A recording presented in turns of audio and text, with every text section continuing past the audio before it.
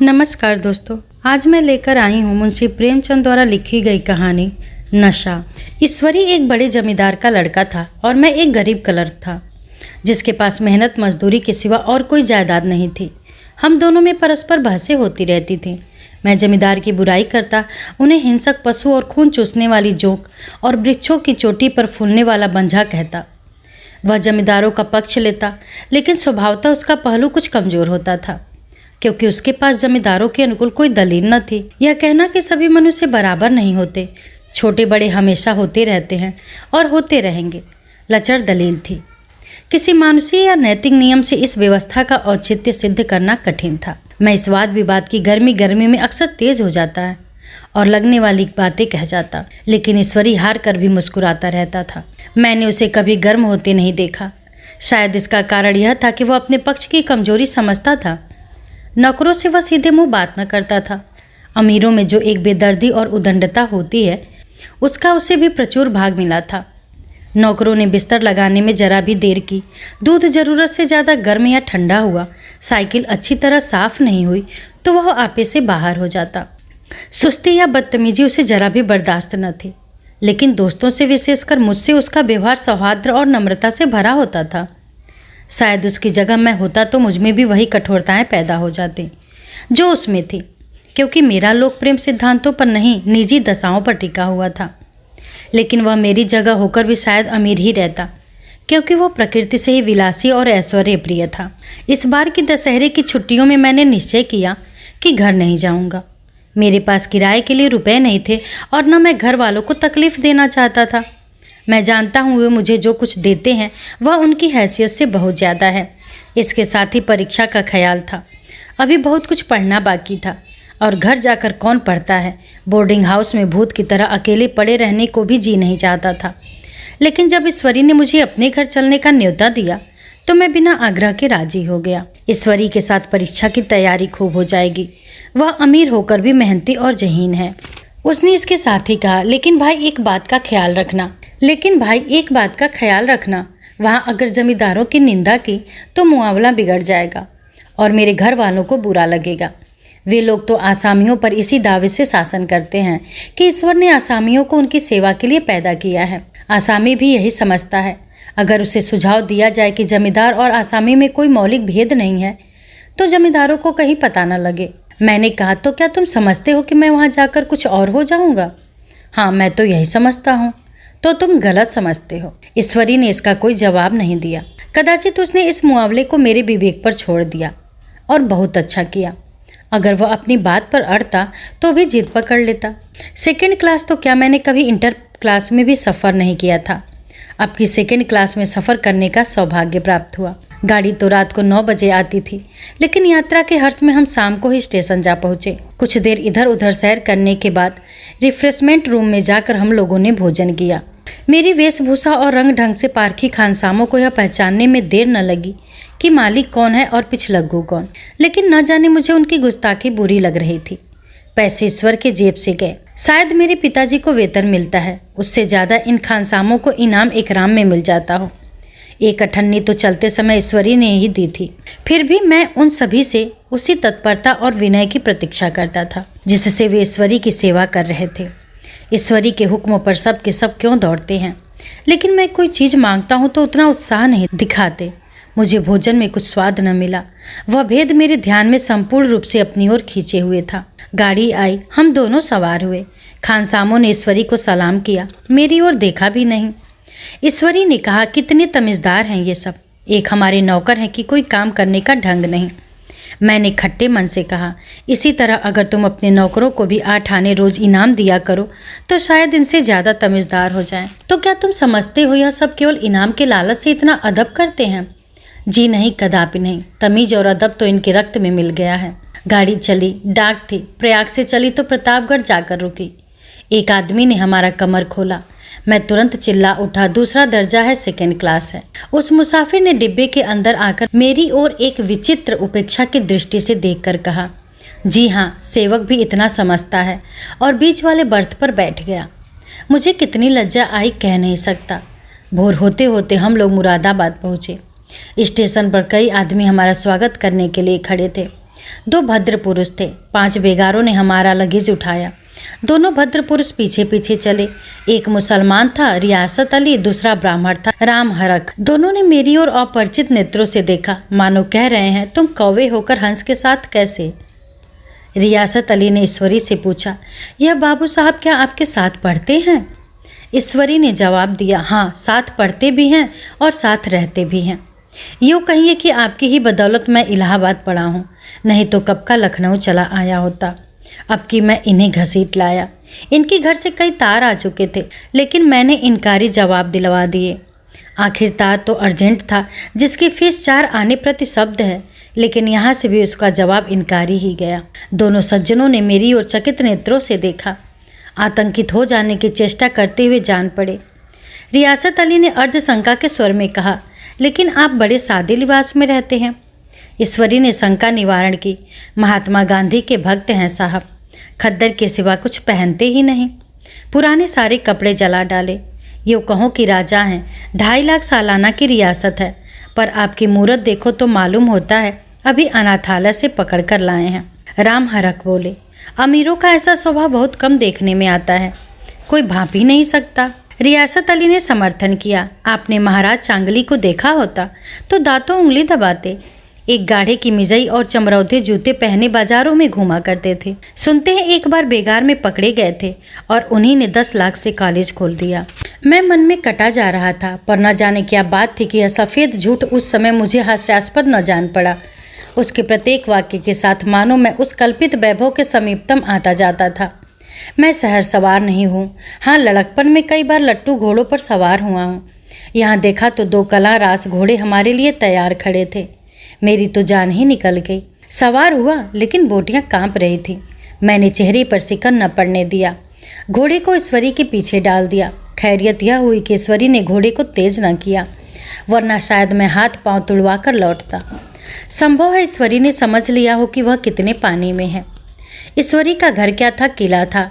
इमामबाड़े का सा फाटक, द्वार पर पहरेदार टहलता हुआ अपने पिता, चाचा, ताऊ आदि सबसे मेरा परिचय कराया और उसी अतिशयोक्ति के साथ ऐसी हवा बांधी कि कुछ न पूछिए। नौकर चाकर ही नहीं, घर के लोग भी मेरा सम्मान करने लगे। देहात के जमींदार, लाखों का मुनाफा, मगर पुलिस कांस्टेबल को भी अफसर समझने वाले कई महाशय तो मुझे हुजूर हुजूर कहने लगे। जब जरा एकांत हुआ तो मैंने ईश्वरी से कहा, तुम बड़े शैतान हो यार, मेरी मिट्टी सीधे क्यों पलीद कर रहे हो? ईश्वरी ने सुदृढ़ मुस्कान के साथ कहा, इन गधों के सामने यही चाल जरूरी थी, वरना सीधे मुंह बोलते भी नहीं। कुछ देर बाद एक नाई हमारे पांव दबाने आया। कुंवर लोग स्टेशन से आए हैं, थक गए होंगे। ईश्वरी ने मेरी ओर इशारा करके कहा, पहले कुंवर साहब के पांव दबा। मैं चारपाई पर लेटा हुआ था। मेरे जीवन में ऐसा शायद ही कभी हुआ हो कि किसी ने मेरे पांव दबाए हों।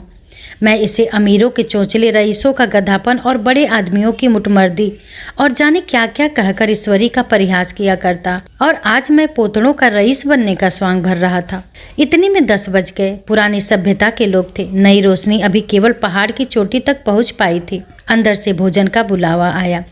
हम स्नान करने चले। मैं हमेशा अपनी धोती खुद छांट लिया करता हूँ, लेकिन यहाँ मैंने ईश्वरी की ही भांति अपनी धोती भी छोड़ दी।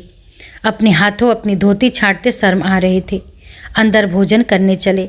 होटल में जूते पहने मेज पर डरते थे। यहाँ पाँव धोना आवश्यक था। कहार पानी लिए खड़ा था। ईश्वरी ने पाँव बढ़ा दिए। कहार ने उसे पाँव धोए। मैंने भी पाँव बढ़ा दिए। कहार ने मेरे भी पाँव धोए। मेरा वह विचार न जाने कहाँ चला गया था। सोचा था वहाँ देहात में एकाग्र होकर खूब पढ़ेंगे, पर वहाँ सारा दिन सैर सपाटे में कट जाता था। कहीं नदी में बजरे पर सैर कर रहे हैं, कहीं मछलियों या चिड़ियों का शिकार खेल रहे हैं, पहलवानों की कुश्ती देख रहे हैं, कहीं शतरंज पर जमे हैं। ईश्वरी खूब अंडे मंगवाता और कमरे में स्टोव पर आमलेट बनाता। नौकरों का एक जत्था हमेशा घेरे रहता। अपने हाथ पांव को हिलाने की कोई ज़रूरत नहीं, केवल एक जबान हिला देना काफ़ी है। नहाने बैठो तो आदमी नहलाने को हाजिर, लेटे तो आदमी पंखा झलने को खड़े। मैं महात्मा गांधी का कुंवर चेला मशहूर था। भीतर से बाहर तक मेरी धाक थी। नाश्ते में जरा भी देर न हो पाए, कहीं कुंवर साहब के सोने का समय आ गया। मैं ईश्वरी से भी ज़्यादा नाजुक दिमाग बन गया था, या बनने पर मजबूर किया गया था। ईश्वरी अपने हाथ से बिस्तर बिछा ले, लेकिन कुंवर मेहमान अपने हाथों से कैसे अपना बिछावन बिछा सकते हैं? उनकी महानता में बट्टा लग जाएगा। एक दिन सचमुच यही बात हो गई। ईश्वरी घर में थे, शायद अपनी माता से कुछ बातचीत करने में देर हो गई। यहाँ 10 बज गए। मेरी आंखें नींद से झपक रही थी, मगर बिस्तर कैसे लगाऊं? कुंवर जो ठहरा। कोई 11:30 बजे महरा आया। बड़ा मुंह लगा नौकर था। घर के धंधों में मेरा बिस्तर लगाने की उसे सुध ही न रही। अब जो याद आई तो भागा हुआ आया। मैंने ऐसी डांट बताई कि उसने भी याद किया होगा। ईश्वरी मेरी डांट सुनकर बाहर निकल आया और बोला, तुमने बहुत अच्छा किया। यह सब हरामखोर इसी व्यवहार के योग्य हैं। इसी तरह ईश्वरी एक दिन एक जगह दावत में गया हुआ था। शाम हो गई पर लैंप न जला। लैंप मेज पर रखा हुआ था, दिया सलाई भी वहीं थी, लेकिन ईश्वरी खुद कभी लैंप नहीं जलाता। फिर कुंवर साहब कैसे जलाएं? मैं झुंझला रहा था। समाचार पत्र आया रखा हुआ था, जी उधर लगा हुआ था, पर लैंप नदारद। देयोग से उसी समय मुंशी रियासत अली आ निकले। मैं उन्हीं पर उबल पड़ा। ऐसी फटकार लगाई कि बेचारा उल्लू हो गया। तुम लोगों को इतनी फिक्र भी नहीं कि लैंप जलवा दो। मालूम नहीं ऐसे कामचोर आदमियों का यहाँ कैसे गुजर होता है। मेरे यहाँ घंटे भर भी निर्वाह न हो। रियासत अली ने कांपते हुए हाथों से लैंप जला दिया। वहाँ एक ठाकुर अक्सर आया करता था। कुछ मनचला आदमी था, महात्मा गांधी का परम भक्त। मुझे महात्मा जी का चेला समझकर मेरा बड़ा लिहाज करता था, लेकिन मुझसे कुछ पूछते संकोच करता था। एक दिन मुझे अकेला देखकर आया और हाथ बांधकर बोला, सरकार तो गांधी बाबा के चेले हैं ना। लोग कहते हैं कि यहाँ सुराज हो जाएगा तो जमींदार न रहेंगे। मैंने शान जमाई, जमींदारों के रहने की जरूरत ही क्या है? ये लोग गरीबों का खून चूसने के सिवा और क्या करते हैं? ठाकुर ने फिर पूछा, तो क्यों सरकार, सब जमींदारों की जमीन छीन ली जाए?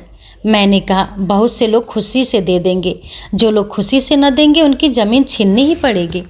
हम लोग तो तैयार बैठे हुए हैं, ज्यों ही स्वराज्य हुआ अपने सारे इलाके आसामियों के नाम हिब्बा कर देंगे। मैं कुर्सी पर पांव पटकाए बैठा था। ठाकुर मेरे पांव दबाने लगा, फिर बोला, आजकल जमींदार लोग बड़ा जुल्म करते हैं सरकार। हमें भी हुजूर अपने इलाके में थोड़ी सी ज़मीन दे दे तो चलकर वहीं आपकी सेवा में रहें। मैंने कहा, अभी तो मेरा कोई अख्तियार नहीं है भाई, लेकिन ज्यों ही अख्तियार मिला मैं सबसे पहले तुम्हें बुलाऊंगा। तुम्हें मोटर ड्राइवरी सिखाकर अपना ड्राइवर बना लूँगा। सुना, उस दिन ठाकुर ने खूब भंग पी और अपनी पत्नी को पीटा और गांव के महाजन से लड़ने पर तैयार हो गया। छुट्टी इस तरह तमाम हुई और फिर हम प्रयाग चले। गांव के बहुत से लोग हम लोगों को पहुंचाने आए। ठाकुर तो हमारे साथ स्टेशन तक आया। मैंने भी अपना पाठ खूब सफाई से खेला और अपनी कुबेरोचित विनय और देवत्व की मुहर हर एक हृदय पर लगा दी। जी तो चाहता था हर एक को अच्छा इनाम दो, लेकिन यह सामर्थ्य कहाँ थी। वापसी टिकट था ही, केवल गाड़ी में बैठना था, पर गाड़ी आई तो ठसाठस भरी हुई। दुर्गा पूजा की छुट्टियां भोगकर सभी लोग लौट रहे थे। सेकंड क्लास में तिल रखने की जगह नहीं, इंटर क्लास की हालत उससे भी बदतर। यह आखिरी गाड़ी थी, किसी तरह रुक नहीं सकते थे। बड़ी मुश्किल से तीसरे दर्जे में जगह मिली।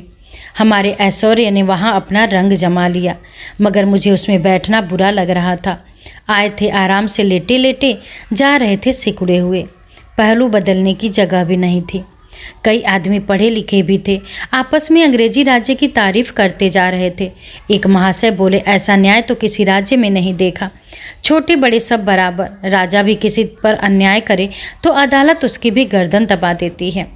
दूसरे सज्जन ने समर्थन किया, अरे साहब, आप खुद बादशाह पर दावा कर सकते हैं, अदालत में बादशाह पर डिग्री हो जाती है। एक आदमी जिसकी पीठ पर बड़ा सा गट्ठर बंधा था, कलकत्ते जा रहा था। कहीं गठरी रखने की जगह न मिलती थी, पीठ पर बांधे हुए था। इससे बेचैन होकर बार बार द्वार पर खड़ा हो जाता। मैं द्वार के ही पास बैठा हुआ था। उसका बार बार आकर मेरे मुंह को अपनी गठरी से रगड़ना मुझे बहुत बुरा लग रहा था। एक तो हवा यूं ही कम थी, दूसरे उस गवार का आकर मेरे मुंह पर खड़ा हो जाना मानो मेरा गला दबाना था। मैं कुछ देर तक जब्त किए बैठा रहा। एकाएक मुझे क्रोध आ गया। मैंने उसे पकड़कर धकेल दिया और 2 तमाचे जोर जोर से लगाए। उसने आंखें निकालकर कहा, क्यों मारते हो बाबूजी, हमने भी किराया दिया है। मैंने उठकर 2-3 तमाचे और जड़ दिए। गाड़ी में तूफान आ गया। चारों ओर से मुझ पर बौछार पड़ने लगी। अगर इतने नाजुक मिजाज हो तो अव्वल दर्जे में क्यों नहीं बैठे? कोई बड़ा आदमी होगा तो अपने घर का होगा।